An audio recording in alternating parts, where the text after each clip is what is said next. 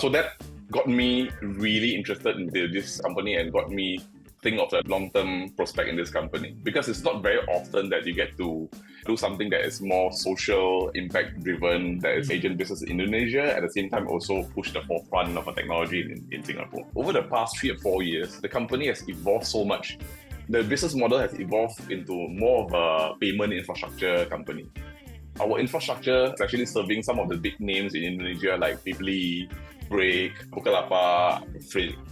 I always say that moving money shouldn't be that difficult. Whether is it facilitating transaction between rural to urban, whether is it from one country to another, or whether is it between fiat to Web3, for example, we are here for you and we are the company to help you facilitate the transaction.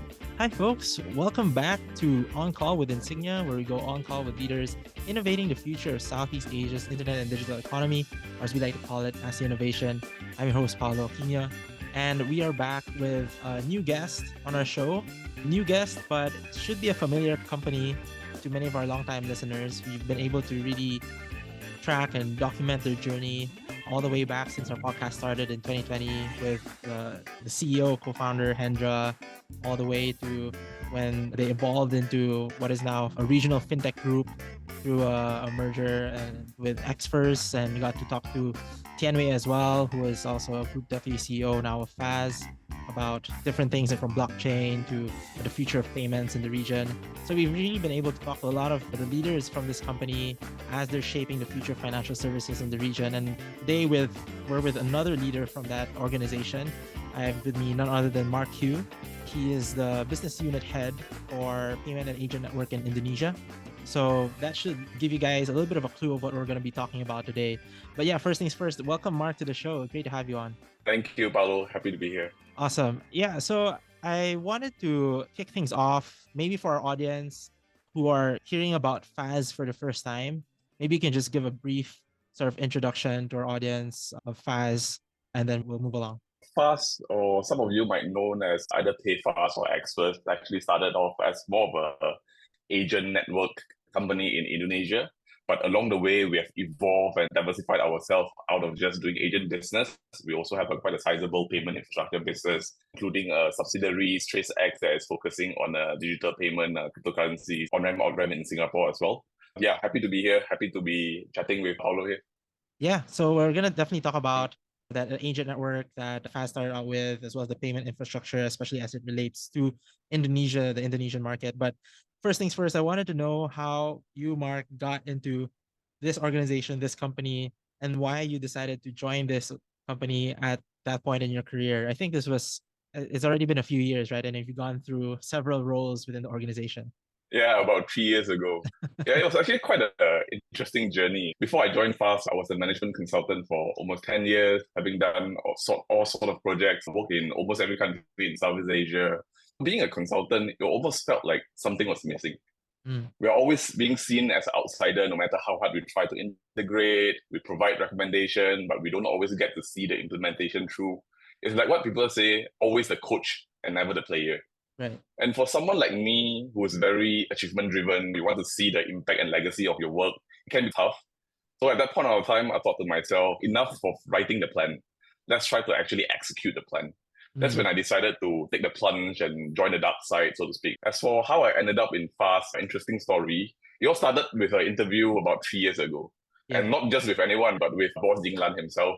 At that point of time, I was interviewing for a portfolio operation role in Insignia.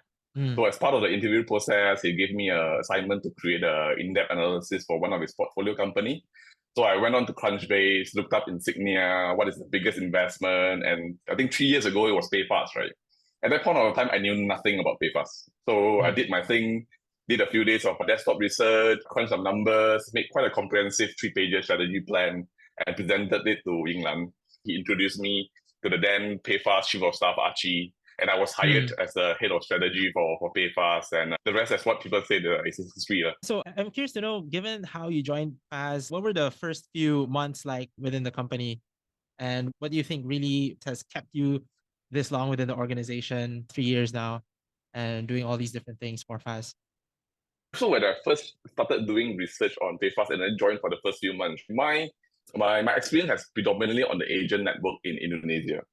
But because I was physically based in Singapore, I actually got the opportunity to interact with the Xfers folks, Tianwei, Victor, Samson, and this I started to realize that as a group, we don't only have the agent network business, we also have Web3, blockchain on-ramp, off-ramp business going on in Singapore. This is where I started getting more involved in the Singapore side of business as well. So that got me really interested in this company and got me think of the long-term prospect in this company, because it's not very often that you get to do something that is more social impact driven, that is agent business in Indonesia, at the same time also push the forefront of a technology in Singapore. Yeah, I think you were placed in that unique position of seeing the best of both worlds within a single company. And now you spoke about encountering Payfazz or learning about this company through the agent network, and now you're the head of that sort of business within Fazz, the head of payments and agent network in Indonesia. How would you compare that journey going from you joined as head of strategy, then to head of people, then chief of staff, and your current role? How would you compare your own professional evolution within Fazz to Fazz's own evolution as a company in the last 3 years? To describe my personality, right, I always call myself a fixer. I can't sit still, or sometimes people can call me busybody. I naturally gravitate towards the biggest problem in the organization. So when I first started in Fazz as a head of strategy, my focus was mainly on just handling the commercial due diligence on some of the digital banks that we either want to acquire, to partner with, or to invest in. But I soon realized as a company, we don't really have a consistent cadence or mechanism in monitoring and reporting our portfolio's performance.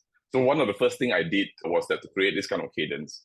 Because as someone that's coming from more execution background, I believe execution equals to discipline and discipline equal to cadence. So if you can't run a good cadence, then you can't run good execution. That's why I was very particular about setting the weekly, monthly, or even daily cadence for my team. So I started creating all this regular cadence for the team, aligning the team towards a set of goals and a success matrix. I also started pulling together a different strategy personnel across the different organization. Then after about 1 year later, I found a successor for the strategy portfolio. So I handed the strategy portfolio over to him.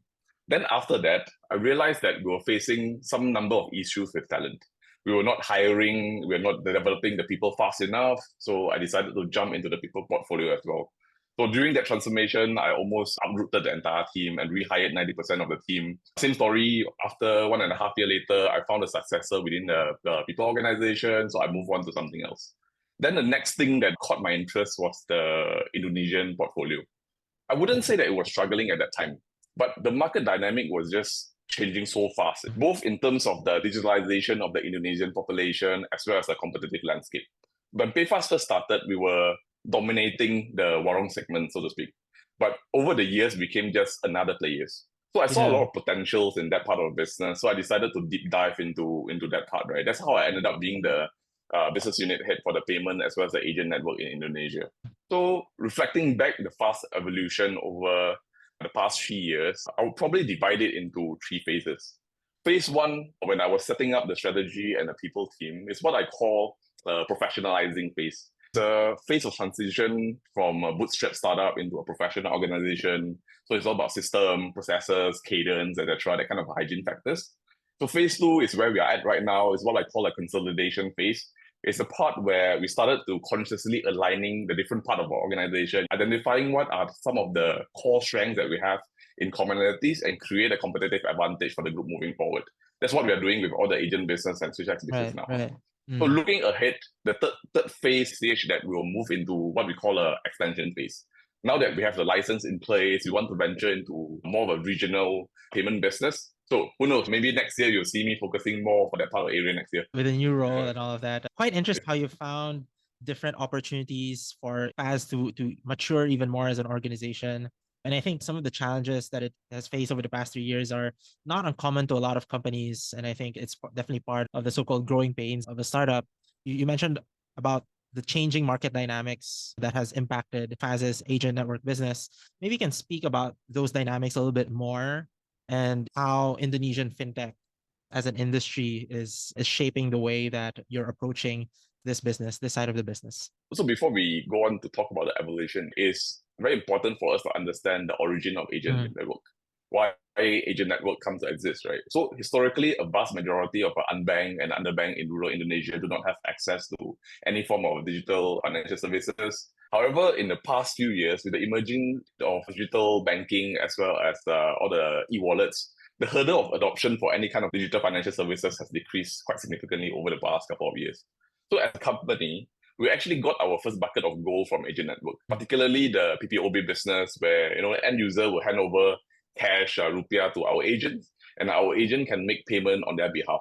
So this business model exists because the end users, our unbanked and underbanked population in tier 2, tier 3 region of Indonesia, they don't have any kind of a bank account or any form of e-wallet. But the thing is, this have changed so significantly over the past couple of years with the adoption of wallet like OVO, GoPay, Dana, etc. But we still see very strong demand, and the demand from PPOB is holding steady. But the growth from e-wallet top-up has been exponential. When the end user hand over to the cash to agent, they no longer want the agent to purchase on their behalf. They want the agent to help them top up the e-wallet. And the end user themselves can use the e-wallet to conduct the online payment, whether it's e-commerce or online shopping, etc. Right? So that trend of converting cash to e-money has changed into a form where they just want to top up the e-wallet instead of making the purchase directly. And that still exists today because there's still quite a significant portion of workers, be it daily wages or part-time workers or monthly workers, they still receive some part, if not the entire part of the pay in cash. But the thing is, this is going to change when payrolls will be entirely in the form of either bank payments or e-wallet top-up. When that day comes, what is our role in financial ecosystem? Can we continue to survive and thrive as only the agent network? That's why when I talk to the team, I'm always very adamant about we cannot rely solely on our agent network business. We need to evolve into a payment infrastructure business by continuously innovating. That's when the day comes when we no longer used to handle cash. We still play a very significant role in this financial ecosystem, and we still continue to create value for the society at large. And I think that goes back to what you mentioned in the previous question about Fazz being in its consolidation phase. And to that point, I wanted for you to share a little bit more about how I would say the payment infrastructure side of the business can really work together with the agent network, which is in some ways also a kind of infrastructure. So how do these sort of different types of infrastructures, how are they already coming together in terms of helping Fazz really grow as a company? I believe that you also spoke with Tianwei in the earlier season, talking about how Fazz as a company has built infrastructure to power digital asset transaction, right? Yeah. So this is also in parallel with what we are doing in Fazz Agent as well. So the thing is that I feel that Fazz as a company is often misunderstood. I think it's also a bit of a failure of our own success. The thing is, because of a legacy of Payfazz being a successful agent network, when people think about Fazz, people will think of Fazz as only an agent network company. But in reality, over the past 3 or 4 years, the company has evolved so much. The business model has evolved into more of a payment infrastructure company. It might not be known to many people. Our infrastructure is actually serving some of the big names in Indonesia like Bibli, Break, Bukalapak, Freight. We derive a lot more revenue from our B2B business than our agent network business. While people might think of agent network as our core product, but in my point of view, agent network is like a test bed for us. The way we think about our infrastructure is that if we can serve the agent network, our own agent network, which is one of the biggest agent network in Indonesia effectively, then we can serve any other company well, regardless whether you are agent network or any kind of business. When we talk about payment infrastructure, it's not just the fiat transaction, right? It also includes the digital assets such as cryptocurrency on-off ramp as well. And that is the kind of company that we want to build. Our tagline is financial access for all. Access is not just about unbanked and underbanked in rural Indonesia. It's also about lack of access to the Web3 world, for example.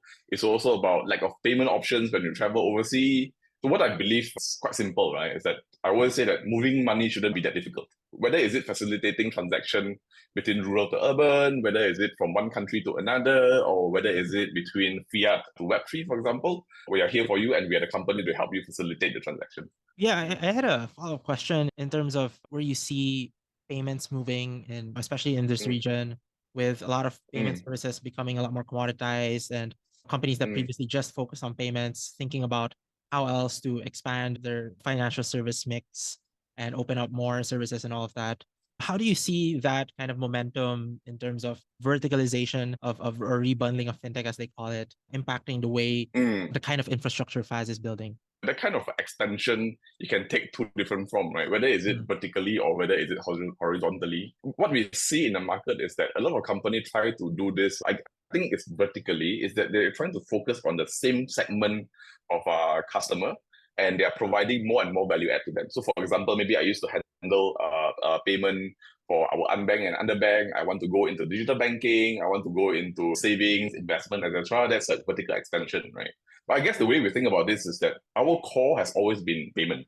We want to expand payment to as many customer segments as possible. I guess that's what you call a horizontal extension, right? We believe in ecosystem, we believe in economies of scale. So the way we think about expanding this horizontally is to serve not just a customer within Indonesia, is to also the companies within Southeast Asia, and expand beyond that is to serve the company that is trying to enter into Southeast Asia. Take, for example, there's a company either coming from China or coming from US. They want to have a local partnership. Instead of having to find partner in every single country, they can just come to us. And we have the ability to allow them access to all the Southeast Asia company. And this horizontal extension is also including the Web3 world as well.